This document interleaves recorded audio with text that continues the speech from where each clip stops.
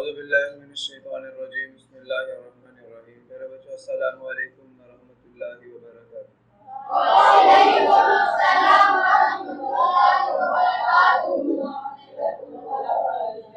Rabbi इश्रह ली सदरी व यस्सिर ली अमरी वहलुल उक़दतम मिन लिसानी यफ़क़हू क़ौली।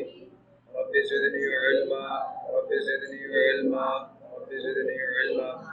अल्लाहुम्मा इन्नी अस्अलुका इल्मन नाफ़िअन व रिज़्क़न तय्यबन व अमलन मुतक़ब्बला।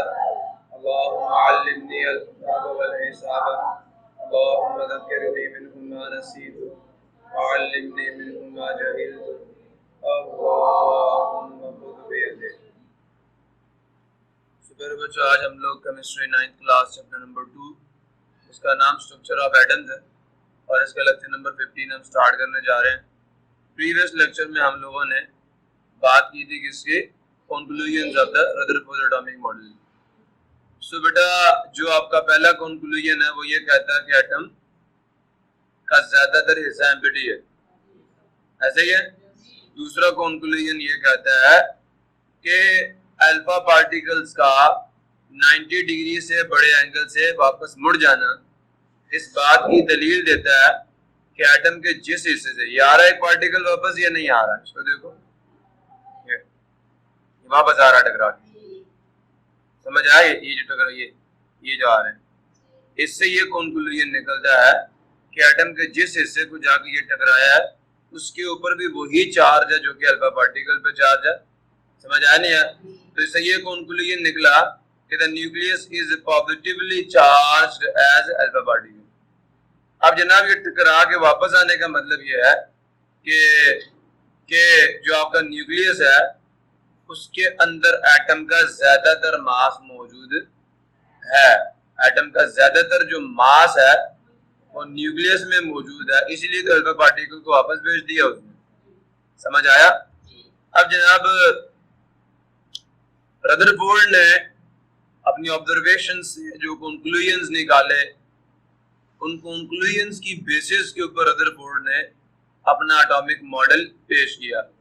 उस एटॉमिक मॉडल के जो पोस्टुलेट्स हैं, जो उसके नुकात हैं, वो ये हैं कि on the basis of conclusions drawn from these experiments, Rutherford proposed a new model for an atom.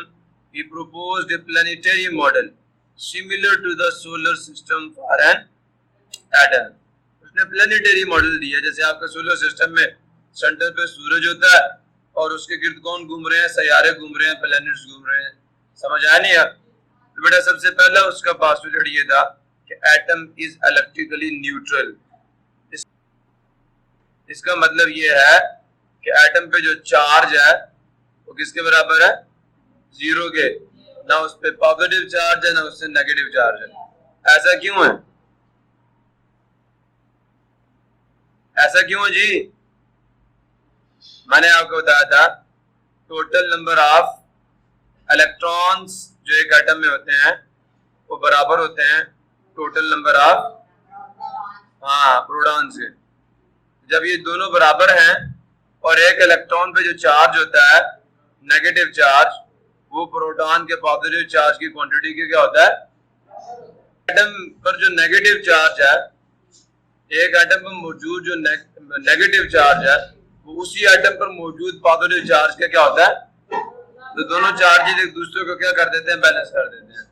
तो ओवरऑल एटम पे कोई चार्ज नहीं होता। एटम न्यूट्रल क्यों है? क्योंकि इसमें इलेक्ट्रॉन्स की तादाद प्रोटॉन्स की तादाद क्या होती है? बराबर होती है। अब जितना पॉजिटिव चार्ज प्रोटॉन्स पे है उतना ही नेगेटिव चार्ज किस पे है? अब दोनों की तादाद बराबर, चार्ज एक दूसरे के मुखालिफ क्वांटिटी में बैलेंस हो गया। एटम पे कोई चार्ज नहीं है। एटम पे कोई चार्ज नहीं है। बात समझ आ गई? एटम के इलेक्ट्रिकली न्यूट्रल होने का मतलब ये है कि एक एटम पर जितना पॉजिटिव चार्ज होता है उतना ही, एक एटम में जितने प्रोटॉन्स होते हैं उतने ही शेल्स में जो इलेक्ट्रॉन्स होते हैं उन पर नेगेटिव चार्ज होता है, और न्यूक्लियस में जो प्रोटॉन्स होते हैं उन पर पॉजिटिव चार्ज होता है। इन दोनों की तादाद एक दूसरे के बराबर होती है और चार्ज, याद रखना, एक दूसरे के बराबर होता है, लेकिन उसकी नेचर एक दूसरे के अपोजिट होती है। एक पे पॉजिटिव है तो दूसरे पे नेगेटिव है। एक पे जितना पॉजिटिव है दूसरे पे उतना ही नेगेटिव है। दोनों चार्जेस एक दूसरे को बैलेंस करते हैं। ये कह दिया जाए कि न्यूट्रलाइज कर देते हैं, एक दूसरे के असर को खत्म कर देते हैं, एक दूसरे के असर को। इसलिए एटम ओवरऑल न्यूट्रल है। नहीं बात समझ बेटा जी, ये एक्सपेरिमेंटली वेरीफाइड कैलकुलेटेड रिजल्ट्स के इलेक्ट्रॉन पे जब चार्ज मेजर किया गया, क्या मिलीकैन ऑयल ड्रॉपलेट मेथड है। मिलीकैन ऑयल ड्रॉपलेट मेथड आप लोग फर्स्ट ईयर की सॉरी सेकंड ईयर की फिजिक्स के फर्स्ट चैप्टर में जाके पढ़ोगे कि एक प्रोटॉन पे चार्ज कैसे कैलकुलेट किया जाता है और एक इलेक्ट्रॉन पे चार्ज कैसे कैलकुलेट किया जाता है। जब पता चला गया तो जितना इलेक्ट्रॉन पे नेगेटिव चार्ज था उतना ही प्रोटॉन पे पॉजिटिव चार्ज था। ये चार्जेस कैलकुलेट किए गए। कैसे कर सकते हैं? एक्सपेरिमेंट्स के जरिए से। एक एक्सपेरिमेंट का नाम मैंने आपको बता दिया, मिलीकैन ऑयल ड्रॉपलेट मेथड। उससे एक इलेक्ट्रॉन का चार्ज निकाला गया। ठीक है, तो ये चीजें एक्सपेरिमेंटली वेरीफाइड है। कैसे है इसका जवाब सेकंड ईयर की फिजिक्स में जाके मिलेगा, अभी नहीं बताऊंगा, फायदा होगा। किसी को कोई इश्यू हो? क्लियर हो गया? एनीवन की हुई है? बस ये याद रखना कि एटम जो है वो बर्फी लिहाज से क्या होता है? न्यूट्रल होता है। न्यूट्रल होता है, उसमें कोई चार्ज नहीं होता। Total mass of an atom, एक एटम का सारा मास कहाँ लाई करता है? Lies in the nucleus. पहले चार्ज, पहली बात बहुत से सुन ले, एटम इलेक्ट्रिकली न्यूट्रल होता है। दूसरा पोस्टुलेट ये है, total mass of an atom lies in the nucleus. तीसरा पोस्टुलेट ये है, टोटल मास भी किस में आ गया? न्यूक्लियस में आ गया। Total positive charge is concentrated in the nucleus. तीन बातें होगी। एटम इलेक्ट्रिकली न्यूट्रल है, एटम का टोटल मास न्यूक्लियस में है। मास का मतलब जितना मटेरियल एटम का, ज्यादातर मटेरियल जो है वो न्यूक्लियस में है। उसके बाद जनाब जो एटम का टोटल पॉजिटिव चार्ज है वो भी किसमें कंसंट्रेटेड है? कंसंट्रेटेड का मतलब इकट्ठा हुआ हुआ। तो सारा पॉजिटिव चार्ज किसमें इकट्ठा हुआ है? न्यूक्लियस में। द इलेक्ट्रॉन, जरा गौर से सुनना, जो इलेक्ट्रॉन्स हैं वो रिवॉल्व करते हैं, वो चक्कर लगाते हैं अराउंड द न्यूक्लियस के गिर्द। ठीक है, आप एन एटम में एटम के in one of the circular path किसी एक में ऑफ द सर्कुलर पाथ दायरवी रास्तों में से कॉल्ड ऑर्बिट और शेल, जिसको हम ऑर्बिट भी कहते हैं और शेल भी कहते हैं। अब एटम का जो साइज है, the size of atom, atom की जो जिसामत है वो डिपेंड करती है किस पे? एटम के आखिरी शेल पे। समझ आ गया? और लास्ट ये है, major portion of atom is empty. समझ आ गया? अगर आप लोगों को कोई इश्यू है तो फिर बेटा आप अपनी बुक से, जिससे अपनी किताब से भी ये पोस्टुलेट्स देख सकते हैं। ये आ गया। On the basis of these conclusions, ठीक है, on the basis of conclusions drawn from these experiments proposed a new model for atom. Number 1 यहां से करना, यहां से समझ आ रही है? He proposed a planetary model similar to the solar system of an for an atom. पहला postulate ये हो गया। दूसरा postulate, an atom is a neutral particle. Clear हो गया? The mass of an atom is concentrated in very small, dense, very small. जो atom का mass है वो इकट्ठा हुआ हुआ। नजर आ रहा है आप सबको? ये बड़ा करूँ?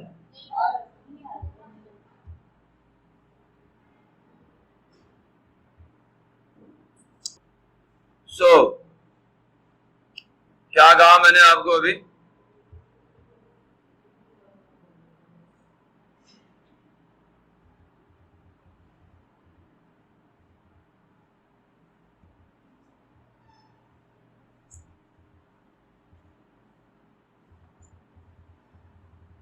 ये लो जी।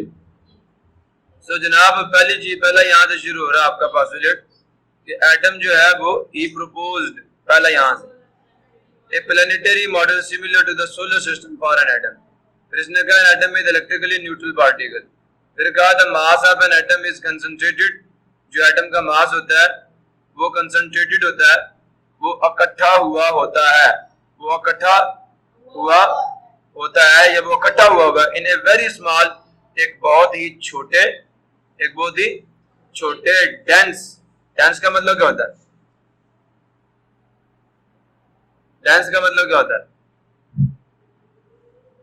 लेकिन वजनी।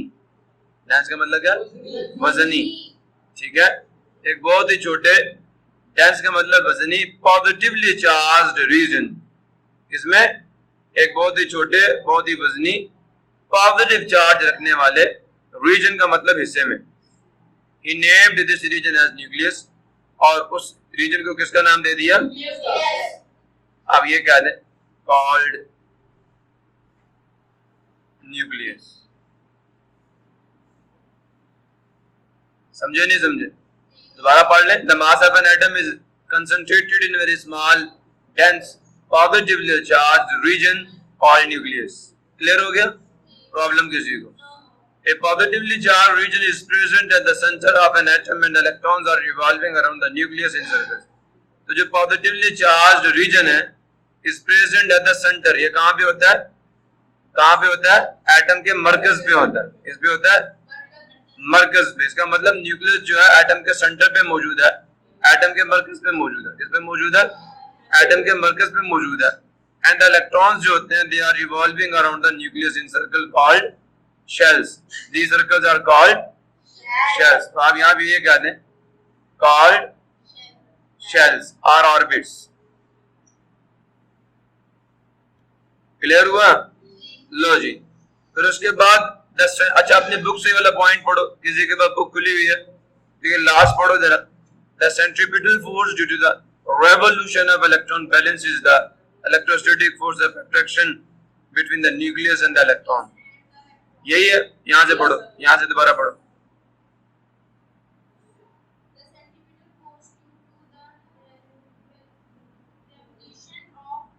रेवोल्यूशन का मतलब है घूमना, एटम के घुमाव की वजह से जो सेंट्रीपिटल फोर्स क्या होती है, वो फोर्स जो किसी चीज को सर्कल में घुमाए। देखो बेटा, किसी स्ट्रेट पाथ में मूव करती हुई चीज को सर्कल में घुमाने के लिए उसकी मोशन के साथ 90 डिग्री के एंगल बना के फोर्स लगानी पड़ती है, जो उस चीज को किस में घुमाएगी। तो वो फोर्स जो किसी बॉडी को मुसलसल सर्कल के सेंटर की तरफ खींचेगी और उसको मजबूर करेगी कि वो किस में घूमे, सर्कल में घूमे, इसे कहते हैं सेंट्रीपिटल फोर्स। अब एटम को, अब आप खुद सोचे ना, खुद सोचे, आपने एक पत्थर को सर्कल में घुमाना हो तो आपको उसे डोरी बांध के मुसलसल खींचना पड़ता है अंदर की तरफ। एक इलेक्ट्रॉन एटम के न्यूक्लियस के गिर्द कैसे घूमता है, कौन सी कुव्वत उसको सर्कल में घुमाती है? कभी सोचा? नहीं सोचा ना? अब मैं आपको बता रहा हूं, गौर से सुन लें, और गौर से सुन लें कि बेटा जी, एटम के न्यूक्लियस के अंदर कौन कौन होता है? Proton, neutron. न्यूट्रॉन पे चार्ज ही कोई नहीं। और शेल में कौन होता है? अब बताओ, इलेक्ट्रॉन पे कौन सा चार्ज है? प्रोटॉन पे कौन सा चार्ज है? अब बेटा, जो अपोजिट चार्जेस होते हैं वो एक दूसरे को क्या करते हैं? अपोजिट चार्जेस एक दूसरे को खींचते हैं। समझ आया नहीं यार? बात क्लियर हो रही है, नहीं हो रही? तो जो अपोजिट चार्जेस होते हैं वो एक दूसरे को अट्रैक्ट करते हैं, खींचते हैं एक दूसरे को। इधर को खींचेगा, ये इधर को खींचेगा। और जो सेम चार्जेस होते हैं वो एक दूसरे को धक्का देते हैं, रिपेल करते हैं, दूर भगाते हैं। जो सेम चार्जेस होते हैं वो एक दूसरे को दूर भगाते हैं। अब मुझे बताओ, इलेक्ट्रॉन पे नेगेटिव, प्रोटॉन पे पॉजिटिव चार्ज, प्रोटॉन उसको अंदर खींचेगा नहीं खींचेगा? ठीक है, इलेक्ट्रॉन घूम रहा होता है। किस वजह से? प्रोटॉन और इलेक्ट्रॉन के दरमियान में कशिश की वजह से, कशिश की वजह से। अब मेरी बात सुनो, अगर इस कमरे में मैं बहुत सारे प्रोटॉन इकट्ठे कर दूं तो इस पूरे कमरे पे कौन सा चार्ज आ जाएगा? Proton, positive charge. अब न्यूक्लियस में होते प्रोटॉन्स हैं, तो पूरे न्यूक्लियस पे कौन सा चार्ज होता है? पॉजिटिव। और इलेक्ट्रॉन पे कौन सा चार्ज होता है, नेगेटिव। तो न्यूक्लियस के पॉजिटिव चार्ज की वजह से नेगेटिवली चार्ज इलेक्ट्रॉन उसकी तरफ खींचते हैं और शेल में मौजूद रहते हैं और घूमते रहते हैं। अब बात समझ आई नहीं है? तो ये जो कशिश की कुव्वत है, इस फोर्स को फिजिक्स में कहते हैं सेंट्रीपिटल फोर्स। तो ये सेंट्रीपिटल फोर्स कहां से आ रही है? ये सेंट्रीपिटल फोर्स प्रोटॉन्स या न्यूक्लियस के दरमियान में जो इलेक्ट्रोस्टैटिक फोर्स ऑफ अट्रैक्शन है, चार्जेस की वजह से जो कशिश की कुव्वत है, न्यूक्लियस और इलेक्ट्रॉन्स के दरमियान में चार्जेस की वजह से जो कशिश की कुव्वत है, उसकी वजह से ये सेंट्रीपिटल फोर्स जन्म लेती है, ठीक है। और ये इलेक्ट्रॉन यहाँ पे घूमता रहता है। बात समझ आई या नहीं आई? अगर खुदा ना खास्ता न्यूक्लियस पे भी नेगेटिव चार्ज होता तो न्यूक्लियस क्या करता, इलेक्ट्रॉन को धक्का देके बाहर निकाल देता। आप उधर चार्जेस अट्रैक्ट करते हैं ना, लाइक तो रिपेल कर देते हैं। तो ये जो सेंट्रीपिटल फोर्स इलेक्ट्रॉन को घुमा रही है कहां पे, शेल में, ये सेंट्रीपिटल फोर्स किसकी वजह से है? न्यूक्लियस पर मौजूद पॉजिटिव चार्ज और इलेक्ट्रॉन्स पर मौजूद नेगेटिव चार्ज की वजह से। अब बात समझ आई कि नहीं आई? इस बात को समझ गए? अब जी जनाब, मरकज माइल कुव्वत, मरकज की तरफ माइल करने वाली, खींचने वाली कुव्वत। अभी भी बात समझ नहीं आई? ये वो कुव्वत है जो एक स्ट्रेट पाथ पे मूव करती हुई बॉडी को किस में मूव करवा दे? सर्कल में मूव करवा दे, एक सेंटर के गिर्द मूव करवा दे। इस कुव्वत को हम कहते हैं सेंट्रीपिटल फोर्स। और ये फोर्स कौन दे रही है? प्रोटॉन्स और इलेक्ट्रॉन्स के दरमियान में मौजूद कशिश की कुव्वत। यही उन्होंने कहा कि जो सेंट्रीपिटल फोर्स है, किसकी वजह से? ड्यू टू द रेवोल्यूशन, घुमाव की वजह से ऑफ इलेक्ट्रॉन। इलेक्ट्रॉन जब घूम रहा है तो सेंट्रीपिटल फोर्स तो चाहिए होगी ना। वो जो सेंट्रीपिटल फोर्स है वो बैलेंस करती है, वो मुतवाजन करती है या मुतवाजन होती है, मैं तो ये कहूंगा वो मुहैया होती है। किससे? इलेक्ट्रोस्टैटिक फोर्स जो जो जो मैं ये इलेक्ट्रोस्टैटिक फोर्स ऑफ प्रोटेक्शन, जो कशिश की कुव्वत है, कौन सी कुव्वत? चार्जेस के दरमियान में, चार्जेस के दरमियान में जो कशिश की कुव्वत है between the nucleus and electrons, nucleus और इलेक्ट्रॉन के दरमियान में जो चार्जेस की वजह से कशिश की कुव्वत है, अपोजिट चार्जेस की वजह से कशिश की कुव्वत है, उस कशिश की कुव्वत की वजह से इलेक्ट्रॉन को घूमने के लिए सेंट्रीपिटल फोर्स मिलती है, सेंट्रीपिटल फोर्स मिलती है। कोई इशू, कोई प्रॉब्लम? क्लियर हो गया? सो जनाब, ये उसके पास्टुलेट्स थे। अब इनको आप गिन लें। पहला पास्टुलेट कहां से शुरू हुआ? यहां से लेके यहां तक। दूसरा यहां से शुरू हुआ और कहां तक?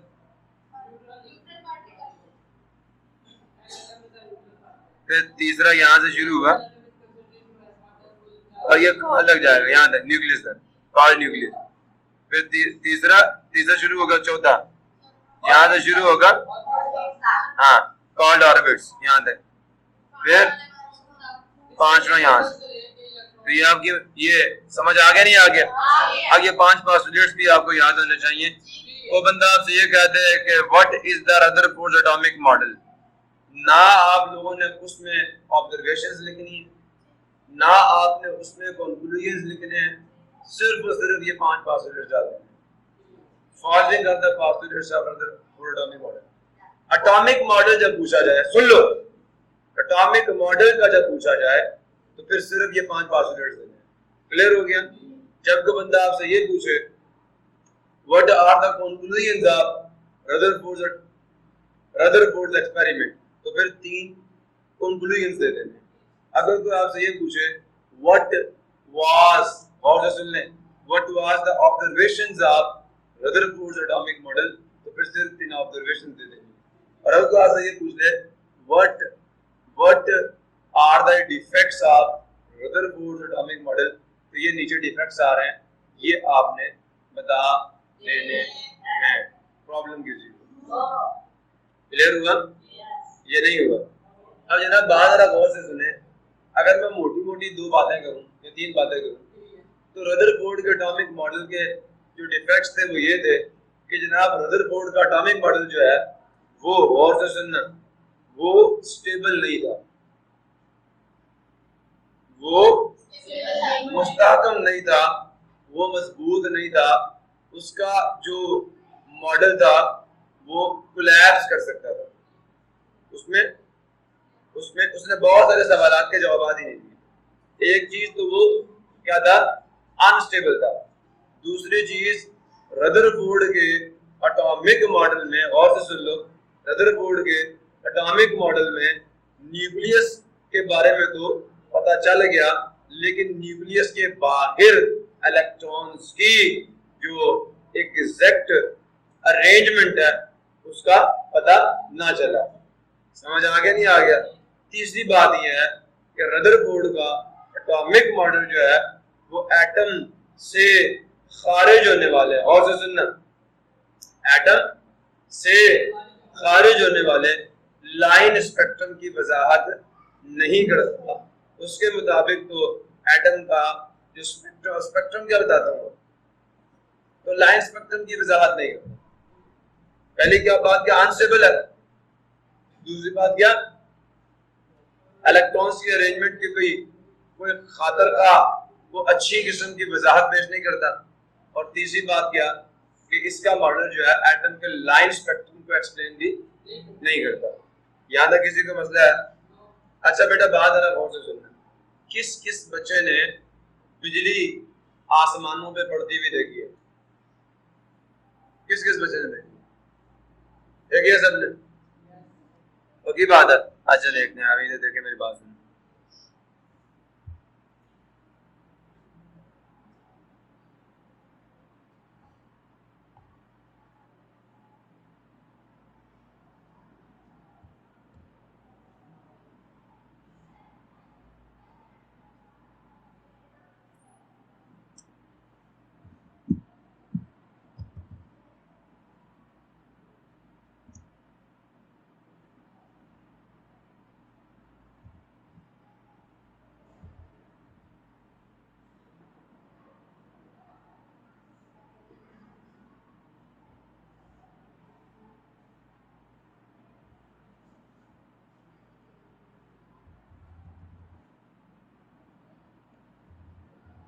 Thunder was thunder.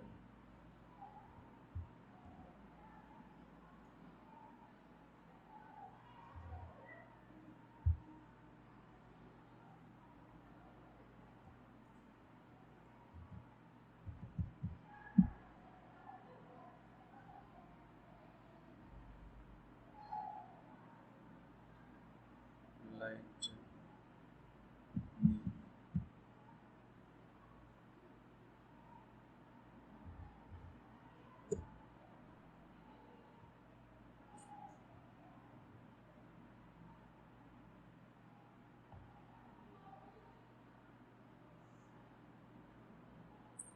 Was it? नजर आ रहा है?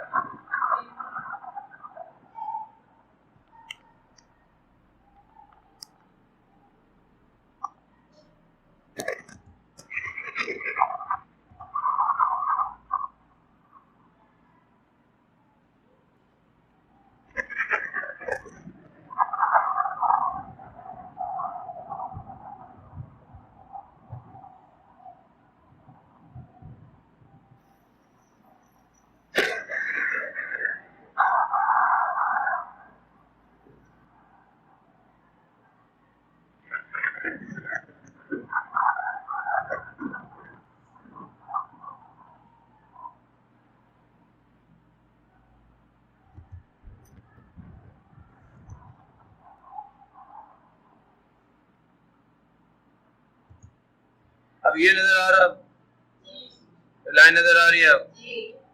सो ये लाइन आपको क्या बता रही है? गौर से सुनना बेटा, बादलों में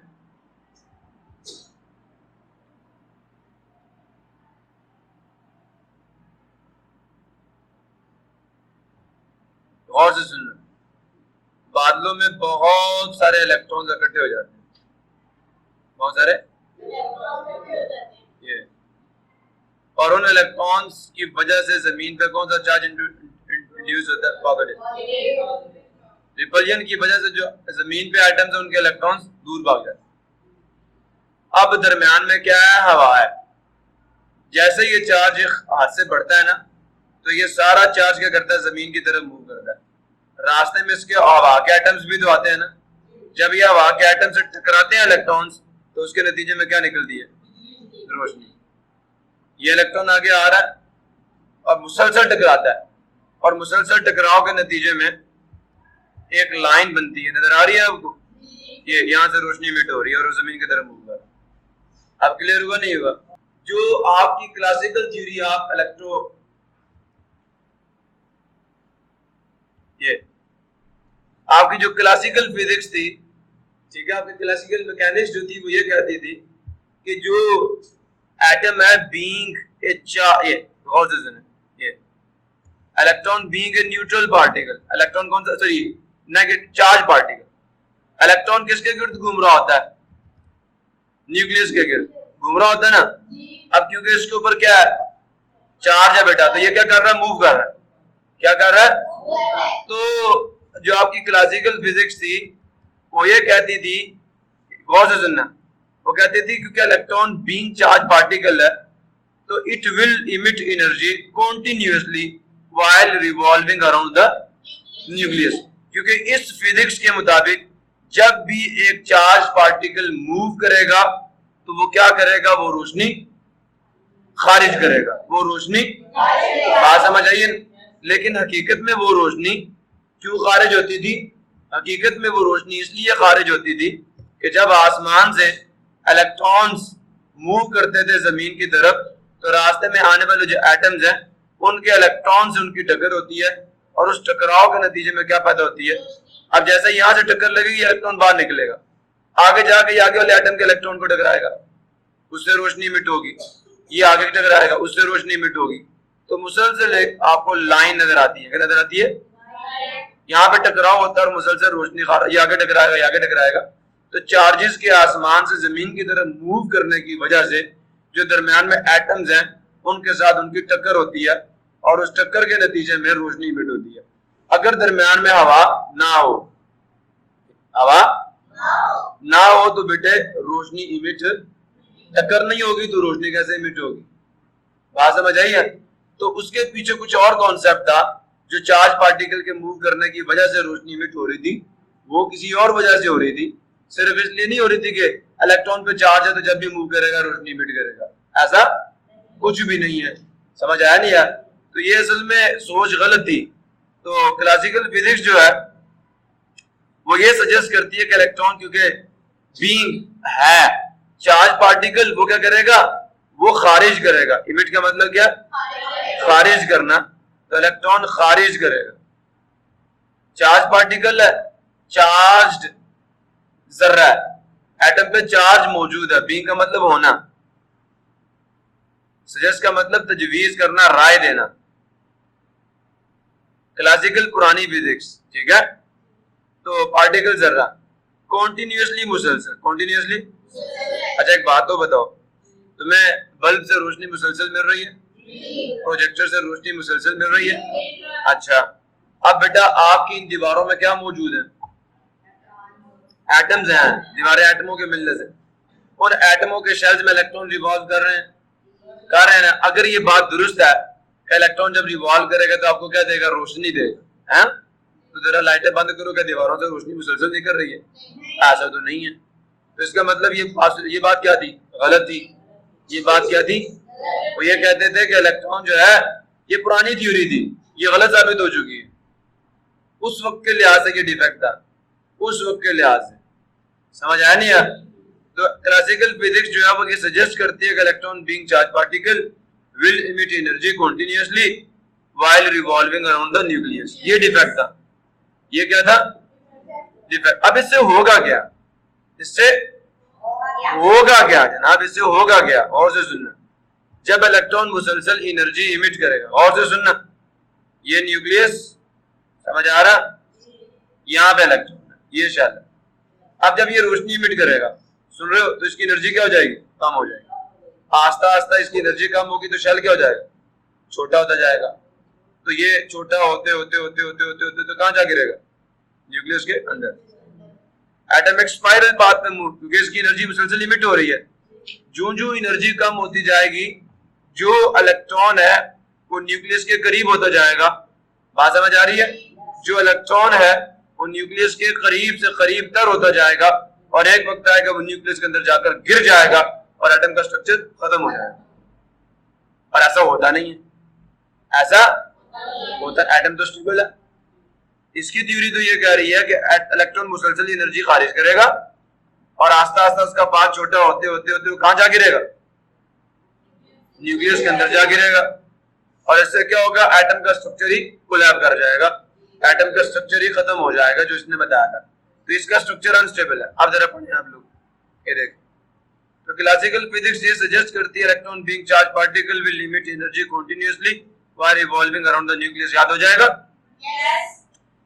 थस ऑर्बिट, इसकी वजह से ये जो पहले बात की है, थस लिहाजा जो ऑर्बिट है, क्या ऑर्बिट है ऑफ रिवॉल्विंग इलेक्ट्रॉन, घूमते हुए इलेक्ट्रॉन का, बिकम्स हो जाएगा, बन जाएगा, स्मॉलर एंड अनटिल, यहां तक के इट वुड फॉल, कौन गिर जाए? इट से मुराद कौन है? इलेक्ट्रॉन, ठीक है। रिवॉल्विंग इलेक्ट्रॉन जो है वो गिर जाएगा इनटू द न्यूक्लियस, किसके अंदर? न्यूक्लियस के अंदर। This would collapse, this would, ये इलेक्ट्रॉन का गिर जाना न्यूक्लियस के अंदर, वुड कोलैप्स, कोलैप्स का मतलब होता है तबाह कर देना। एटॉमिक स्ट्रक्चर, तो पहला पोस्टुलेट क्या कहता है कि एटम का स्ट्रक्चर स्टेबल। देखो जब एटम कोलैप्स कर जाएगा तो इसका मतलब वो स्टेबल, वो चीज जो तबाह हो जाए वो क़याम पज़ीर नहीं है। समझ आया नहीं यार? तो फर्स्ट पार्ट जो डिफेक्ट है वो ये कह रहा है कि atom is not stable, of the Rutherford atomic model is not stable. दूसरा कहता है रिवॉल्विंग इलेक्ट्रॉन। अब जरा यहां देखें, और से सुने, और से, अगर घूमता हुआ इलेक्ट्रॉन एनर्जी पहले पोस्टुलेट के मुताबिक कॉन्टिन्यूसली खारिज करता है, कॉन्टिन्यूस खारिज करता है, ठीक है, इमिट्स एनर्जी कॉन्टिन्यूसली, तो इट शुड फॉर्म, अब उससे जो रोशनी निकलेगी वो भी क्या होनी चाहिए? जैसे एनर्जी सेवर से आपको रोशनी क्या मिल रही है? मुसलसल मिल रही है। ये तो नहीं कभी बंद हो जाए कभी चल पड़े, ऐसा तो नहीं है, ऐसा तो नहीं है ना, मुसलसल मिल रही है ना। इसी तरह अगर घूमता हुआ इलेक्ट्रॉन, मान लिया जाए, क्लासिकल फिजिक्स की बात को मान लिया जाए कि घूमता हुआ इलेक्ट्रॉन जो है वो मुसलसल एनर्जी इमिट करता है, तो फिर जो हमें उससे रोशनी मिले वो क्या हो? मुसलसल। लेकिन दीवारों से मुसलसल रोशनी निकलती? बिल्कुल नहीं। एटमों से मुसलसल रोशनी निकलती? बिल्कुल नहीं। वरना तो अगर इलेक्ट्रॉन घूम रहा होता, रोशनी इमिट कर रहा होता, तो हमें इलेक्ट्रॉन जो वो नजर आता ना आता? इलेक्ट्रॉन अगर घूमते हुए एनर्जी खारिज करते तो हमें तो यहाँ पे शेल बने हुए नजर आते ना आते, लेकिन ऐसा नहीं है। इट वुड फॉर्म, कौन? इफ रिवॉल्विंग, अगर घूमता हुआ इलेक्ट्रॉन जो है इमिट्स खारिज करता है एनर्जी, तवानाई, कॉन्टिन्यूसली, मुसलसल। दस का मतलब लिहाजा कॉन्टिन्यूसली, इट शुड फॉर्म, इस तरह वो अगर रोशनी मुसलसल निकलेगी तो इट से मुराद कौन? इलेक्ट्रॉन को चाहिए कि वो बनाए एक कॉन्टिन्यूस, एक मुसलसल स्पेक्ट्रम कहते हैं पट्टी को, किसको? ये रोशनी की पट्टी आपको नजर आ रही है, तो रोशनी की, ये देख रहे हो, रोशनी की मुसलसल पट्टी नजर आ रही है, नहीं आ रही? क्लियर हो रहा, नहीं हो रहा? अच्छा, अगर ये क्लियर हो गया तो जनाबे अली बात गौर से सुने।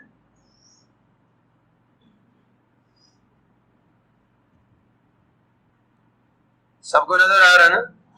हाँ, ये नजर आ रहा है, रोशनी नीचे आ रही है। ये जब टकराता है ना इलेक्ट्रॉन, तो कुछ इलेक्ट्रॉन इधर को निकल जाते हैं, कुछ इधर को निकल जाते हैं, कुछ इधर को, ठीक है, लाइन आपको नजर आ रही है। बात समझ आ रही है, नहीं आ रही? तो ये पट्टी तो फिर मुसलसल होनी चाहिए थी, ये पट्टी तो फिर क्या होनी चाहिए थी? मुसलसल होनी चाहिए थी, लेकिन ऐसा होता नहीं है। बात समझ आ रही है, नहीं आ रही? तो यही कहा जा रहा है कि अगर इलेक्ट्रॉन जो शेल में घूम रहा है, अगर वो मुसलसल एनर्जी खारिज कर रहा है, तो जो एनर्जी हमें उससे मिलेगी उसकी एक मुसलसल पट्टी हमें मिलनी चाहिए, लेकिन ऐसा नहीं होता, ठीक है। Form A continuous spectrum for atom, समझ आ गया? जो घूमता हुआ इलेक्ट्रॉन है उसे तो मुसलसल रोशनी की पट्टी बनानी चाहिए थी फॉर एटम, बट लेकिन हकीकत क्या है? ए लाइन स्पेक्ट्रम इज ऑब्टेन्ड, के हाँ ये होता है कि कभी कभी कोई एटम अचानक एक रोशनी की एक लाइन खारिज कर देगा और पास। लाइन स्पेक्ट्रम ये होता है कि रोशनी की वो पट्टी जो मुसलसल खारिज ना हो, वक्फे से खारिज हो, निकली बंद हो गई। तो एटम्स क्या करते हैं, रोशनी मुसलसल खारिज नहीं करते, बल्कि बल्कि बल्कि पासिस में, किसमें, वक्फे वक्फे से करते हैं। बात समझ आ रही है? एक लाइन देंगे और उसके बाद बस खत्म। समझ आ रहा नहीं आ रहा? हकीकत इसे कहते हैं लाइन स्पेक्ट्रम। ऐसा स्पेक्ट्रम जो मुसलसल ना हो, जिसमें सिर्फ एक रोशनी की लाइन निकले और खत्म। क्लियर हुआ? ये नहीं हुआ। तो हकीकत में एटम का स्पेक्ट्रम लाइन स्पेक्ट्रम है। तो पहली बात ये हो गई कि एटम जो बोहर ने रदरफोर्ड ने एटम का मॉडल दिया वो स्टेबल नहीं था। दूसरी बात ये साबित हो गई कि जो रदरफोर्ड का मॉडल है वो एटम के कॉन्टिन्यूअस स्पेक्ट्रम की वजाहत भी नहीं करता, बल्कि लाइन स्पेक्ट्रम की वजाहत। रदरफोर्ड का मॉडल तो ये कहता है कि स्पेक्ट्रम कॉन्टिन्यूअस होना चाहिए, लेकिन हकीकत में क्या होता है, स्पेक्ट्रम लाइन होता है, मुसलसल नहीं होता, और उसकी भी कोई वजाहत रदरफोर्ड का मॉडल नहीं देता। रदरफोर्ड का मॉडल उसकी भी किसी किस्म की कोई वजाहत जनाब नहीं देता। यहाँ तक किसी को मसला हो? क्लियर हो गया? सबको क्लियर है? तो ये बेटा जी कितने डिफेक्ट्स हो गए? 2 डिफेक्ट्स हो गए। क्लियर हुआ नहीं हुआ? तो अब आप लोगों ने क्या करना है, रदरफोर्ड का एटॉमिक मॉडल कोई पूछ ले तो आपने पासवर्ड्स बताने हैं।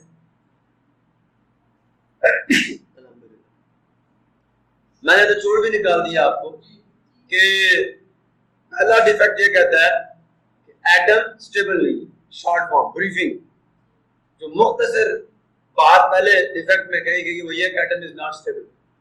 अकॉर्डिंग टू जो रदरफोर्ड का एटम है उसका मॉडल स्टेबल नहीं है। दूसरा ये कहता है कि Rutherford atomic model does not explain line spectrum of atom. ये दो बातें हैं। जब आप बड़े हो जाएंगे, फर्स्ट ईयर में पहुंच जाएंगे, तो तब इतने बड़े बड़े डिफेक्ट याद नहीं करेंगे, तब आप कहेंगे Rutherford's atomic model is not stable. Clear हो गया? क्यों? जवाब मैंने दे दिया आपको। अब जनाब जरा इधर आ जाए, ये मैंने आपको बता दिया, ये आपके क्लियर हुआ नहीं हुआ? तो ये देखें, ये नजर आ रहा है आपको?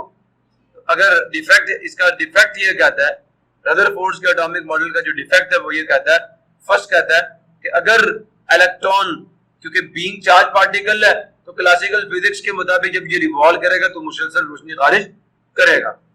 जब ये मुसलसल एनर्जी इमिट करेगा तो क्या होगा, इसका रिवॉल्विंग जो शेल है उसका रेडियस छोटा होता जाएगा, और ये छोटा होते होते जैसे गुब्बारे से हवा कम होते होते होते होते, होते जमीन पे आकर जाए। ऐसा ही है ना? नहीं समझ आ रहा?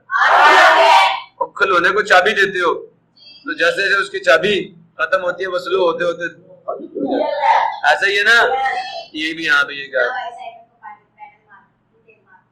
इसी तरह ये जो रिवॉल्विंग इलेक्ट्रॉन है इसकी एनर्जी कम होते होते होते होते होते ये न्यूक्लियस के करीब जाएगा जाएगा जाएगा, उसके अंदर गिर जाएगा और शेल तो बाकी नहीं रहेगा। शेल तो बाकी नहीं रहेगा ना, फिर तो एटम का स्ट्रक्चर खत्म हो गया जो उसने कहा। तो इस तरह ये आप समझ आया नहीं यार? तो ये देखिए बच्चे, इसकी शॉर्ट फॉर्म भी है कि the revolution of electron in a circular orbit is not expected to be stable. वो स्टेबल नहीं है। Any particle in a circular orbit would undergo acceleration. ये और बहुत सारी बातें कर रहे हैं क्योंकि फिजिक्स के लॉज को अप्लाई करके कर रहे हैं।